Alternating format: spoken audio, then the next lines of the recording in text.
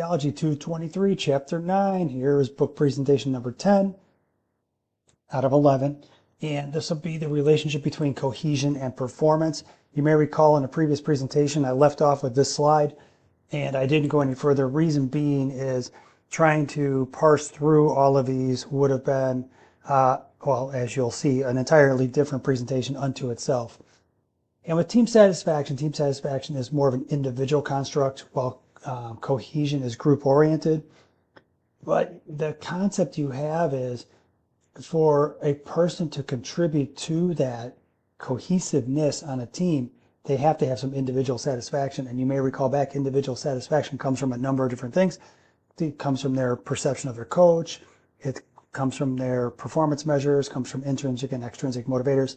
And the ability to have individual satisfaction ties into the ability to perform, which then ties into cohesion and team satisfaction. So it's an interrelated relationship. The two main models that they present here for team satisfaction, they're defined to the right. And for each, one kind of begets the other. One comes before the other. And they're kind of like cyclical, right? So in Model A, this hypothesis is a circular relationship in which team cohesion leads to performance success, which leads to feelings of satisfaction, which leads to strengthen and reinforce team cohesion. The other hypothesizes that in a circular relationship, which performance success leads to higher cohesion, which then turns to satisfaction. So that cycle can go both directions, clockwise or counterclockwise, but the end result is when you start to look at the flow through to what the end product is on this, Model A suggests that cohesion directly enhances performance, whereas Model B argues that performance success leads to cohesion. So you might see that on a quiz or a test somewhere else in terms of the circular relationship and how Model A versus Model B, what the end product is. So maybe take a moment and just make sure you have yourself kind of wrapped around that one. With conformity, the more cohesive the group, the more influence the group has on each individual member. And as I mentioned before, each group is it's kind of like this organic life cycle to itself. But I will say this, you have, within the context of a team, you have team morals, team artifacts, team expectations, things that are all part of the culture of a team. And it's a matter of there needs to be some conformity. You look no different than me walking out to the practice field. I wasn't conforming to a standard on that team, right? And I learned rather quickly that you never ever walk that part, you jog it out. So, the greater cohesiveness yields greater conformity to the group norms. And then you think back to the video of Coach Saban, and when you look at that and you go, okay, if that's the case from that video, what do you think would be the norm regarding performance on a team he coached? Mediocrity? Man, I don't think so.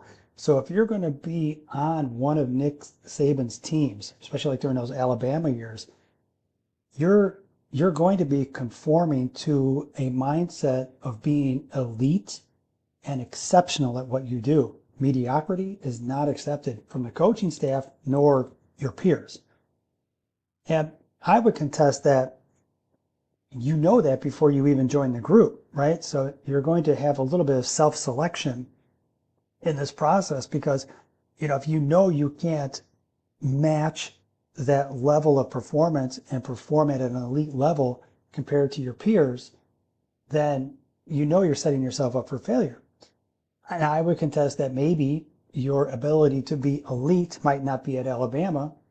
Maybe it's at Alabama A&M. Maybe it's at another school in a different division, okay? Because you have something that more evenly equates or matches your skill level. But my point is this, understand that what the culture was driving there was the fact of conformity would require that you have to operate at an elite level to even be part of that group.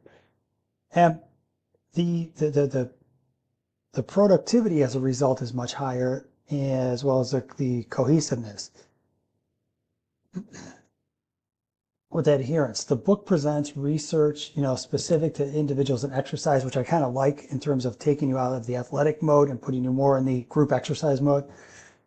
But if a person perceives more cohesion, they're more likely to attend a class, arrive on time, greater persistence, not distracted by the group. They'll have a positive affect regarding exercise and have greater belief in the effectiveness of that exercise. And I would say just juxtaposition that with managing a department or overseeing a group of defensive backs in football. If you have the greater adherence to what it is you're teaching and the cultural norms of the group, then your athletes are going to show up, they're going to be on time, they're going to be plugged in, they're going to be ready to go, they're not going to be distracted by outside things, they're going to have a positive perception that what they're doing is contributing to the greater good, and then they're going to have a greater they're going to have a belief in a greater effectiveness overall regarding what they're doing. Later on, we go into emotions and anxiety. With emotions and anxiety, the book lists several examples of how cohesion in a group can have a positive effect on emotions and anxiety. And we talked a little bit about trying to keep your emotions in check and having like good emotional IQ. And with this, they summarize these relationships in terms of how cohesion reduced perceived preconceived anxiety, cohesion reduced jealousy, cohesion this, cohesion that. So I would say take a moment, kind of breeze through those and get an understanding of those. In social support, you have these relationships between people on the team, and there are no doubt you're going to have times where you have a teammate in crisis and you may have to intervene on behalf of that teammate.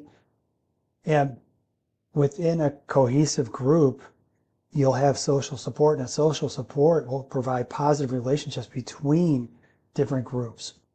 And that helps increase that group cohesion, because in some regards, you think about in terms of maybe some of you as athletes at Harper, you've traveled here from far away, perhaps in some cases another country, and you're here to compete. So you've basically removed yourself from your home country, from your family or your home state and your family. You're living with 4 other people, 5 other people in an apartment. You have to assimilate to a group there. You have to assimilate to a group culture in your classrooms. You have to assimilate to a group culture in your particular sport. And there are growing pains as you go through your Storm and Norman Foreman, right? And you end up developing kind of organically through a process the social structure amongst yourselves, some more so than others. But the point is, when your family's far away and you're in a different place and you have to really, and you have strife, you'll have moments where you have to lean on other people. That's where social support comes in. When they talk about the several different forms of social support, they talk about different ways to really tie back to the concept of effective team climate through social support that was found earlier in the chapter.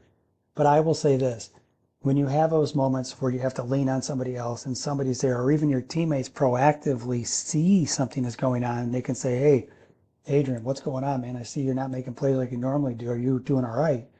That says a lot, that somebody not only is extroverted enough, per another slide, to reach out to you and say, are you okay?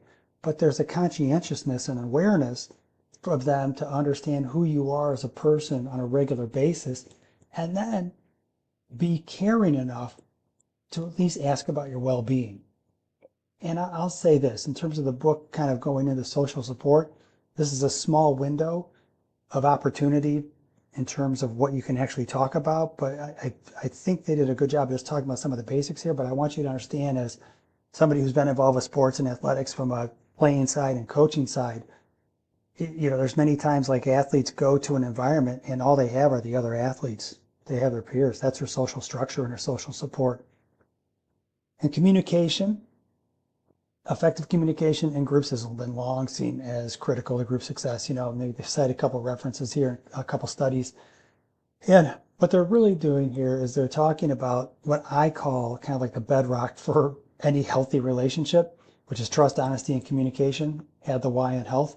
And trust, honesty, and communication holds true when you are talking about a relationship with another person, relationship with your teammates, with a school, with work, whatever. It's kind of like the bedrock for a lot of things in life. So communication is part of the big three. And I think, the book did a good job of kind of like referencing this. And the part you have here that's not really parsed out is this. As an athlete, you trust in the fact that the communication from your coach is done from a place of them trying to make you better, not be a dictator. They're trying to actually help you become a better athlete. And when that either the trust starts to break down or the communication starts to break down, you see this erosive process that happens. And sometimes you have to revisit and maybe even pull your coach aside and say, coach, you're kind of giving me a lot of negative feedback here. I feel like I'm not doing a lot of stuff right. Can we have a conversation how I can resolve that issue? And that's a very mature thing to ask a coach. But I will say this, when you start talking about coaching and coaching athletes, that trust, honesty, and communication is the foundation for everything. But the communication sometimes has to be a little bit painful, because as a coach, you offer positive reinforcement and negative reinforcement to your athletes because you're trying to affect a behavioral change. So I will say this, though, overall, increased communication will equate to greater task cohesion, of course. But I will say this, as a coach to an athlete, or even as an athlete who has sourced the input from a coach in my career, sometimes it's not what you say, but how you say it, right? I think that holds true in just about everything. Stability. With a program, there's always an indoctrination process, and people come in, you have new participants, they're welcome into the group, and as a result, they start to learn the cultural components of the group. The group itself kind of has this average, if you will, that it will always stay within a certain context, but you're always adding people in. Some people are leaving, adding people in, some people are leaving. But in general, the group kind of has its own persona and personality. The group definitely benefits, though, when you have a stable environment and you have participants who know that teammates are going to be there for the long term. And a lower turnover rate means greater stability, because you have greater longevity in terms of embedding more of the positive things of a culture into the different participants. When you have greater turnover, you don't have the ability to really embed those cultural norms, artifacts, as I like to say, into the culture of the group. So it's kind of a combination of turnover rate, because people come, people go, and then the length of a time that your core people stay together. And you can kind of rank order that and give a weighting to whether it's the turnover rate or the length of time together that matters more. But I would say it's the length of time that matters, absolutely. So with group goals, we talked about this a lot. Does the individual set individual goals in a team environment? I would say probably to a certain point, yes. But there's also group goals that we all strive for at being part of a team. Having coach, I would say that both, one supports the other. And sometimes, your group goals will start to bring to light individual goals. To win the conference, I'll probably need to do this. To do this, then it's going to be a matter of I have to then achieve these things for myself. And within group goals, I like the way they define some of the guidelines for instilling them. And I would look at this down here and just kind of take a peek at like some of the bullet points that they have, and they have numerous. But it's a process that should be pretty well thought out by the coach before the first day of practice. Here's how I'm going to do it. Here's how I'm going to implement. And in some regard, the culture for different goals, it's established, and it has a little bit different twinge to it when it comes to in-season, off-season, pre-season, but it's going to be done all the time, even though it's a little bit different. The book goes into gender, and they talk about some comparisons between males and female athletes in terms of, I think they're kind of broad-based and a little bit biased, if I can just say it diplomatically. And I'm sure there'll be plenty of athletes, both female or male, who can support or refute these points down here. But I would take a moment to kind of read through those, but I'm not going to really elaborate on them, because I've met incredibly competitive female athletes, and I've met incredibly competitive male athletes, and the converse of both. All right, guys, to that end, breaking off from here, moving on to the last one.